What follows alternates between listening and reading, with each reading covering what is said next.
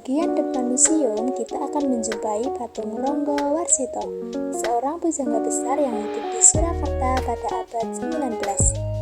Di depan dan di belakang patung ini terdapat prasasti yang menggunakan aksara Jawa. Selain patung ini, di Museum Radia Pustaka masih banyak sekali menyimpan koleksi-koleksi yang menarik. Kalau kalian mau tahu selengkapnya, ikuti kami terus ya. Kalian tahu nggak ini di mana?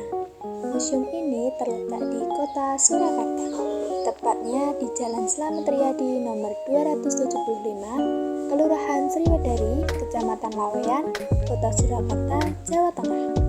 Museum ini didirikan oleh Kanjeng Raden Adipati Sosrodiningrat pada 28 Oktober 1890. Berdasarkan namanya, Radia Pustaka diambil dari kata radia yang berarti negara atau kerajaan, dan pustaka yang berarti buku. Museum ini termasuk museum tertua di Indonesia loh. Oh iya, sebelum masuk museum ini, kita dianjurkan untuk mengisi presensi terlebih dahulu dan tidak dipungut biaya apapun.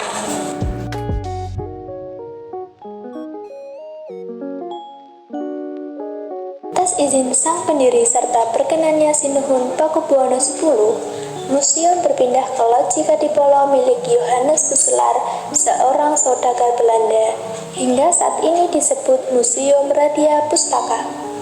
Nah, ini merupakan koleksi-koleksi yang tersedia di teras depan museum ini. Pintu dan jendela terbuat dari kayu jati besar dan pilar-pilar besar menjadi identitas Museum Radia Pustaka. Hai, sekarang aku berada di ruang pertama. Jadi, kalau kalian masuk lewat pintu utama, kalian akan langsung melihat berbagai koleksi kerajaan seperti topeng yang ada di belakang saya ini. Ini biasanya digunakan untuk pertunjukan seni tari. Mungkin di sana juga ada berbagai macam koleksi kerajaan lainnya seperti topi militer, songkok, dan juga belangkon. Nah, saat ini aku berada pada ruang Pesan Aji yang berisikan koleksi-koleksi yang berasal dari Jawa, Bali, Madura, dan Sumatera. Di sini ada keris, tombak, pedang, dan lainnya.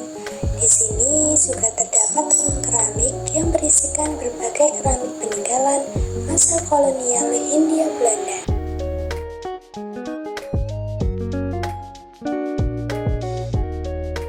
Nah, kalau kalian beranjak dari ruangan pertama ke ruangan kedua, kalian akan menemukan perpustakaan yang menyimpan naskah kerajaan. Dalam perpustakaan ini hanya dikhususkan untuk penelitian dan tidak boleh mempublish barangnya. Jadi kita langsung aja beranjak ke ruangan kedua. Di ruangan selanjutnya ini ada berbagai macam jenis koleksi wayang, ada wayang kulit, wayang golek, dan sebagainya.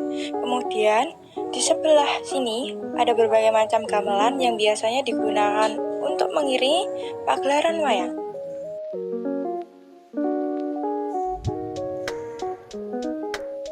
Saat ini saya sedang berada di depan peninggalan budaya maritim Bengawan Solo, yaitu kapal besar yang bernama Raden Mala. Dahulunya apabila sungai Bengawan Solo meluap atau banjir, bisa digunakan sebagai transportasi untuk bantuan dan oleh Keraton Surakarta. Mala ini dianggap sebagai pusaka sehingga dia diabadikan di dalam Museum Radia Pustaka. Nah, untuk detail kepala dari kapal ini bisa disaksikan di sini. Nah, itu dia teman-teman.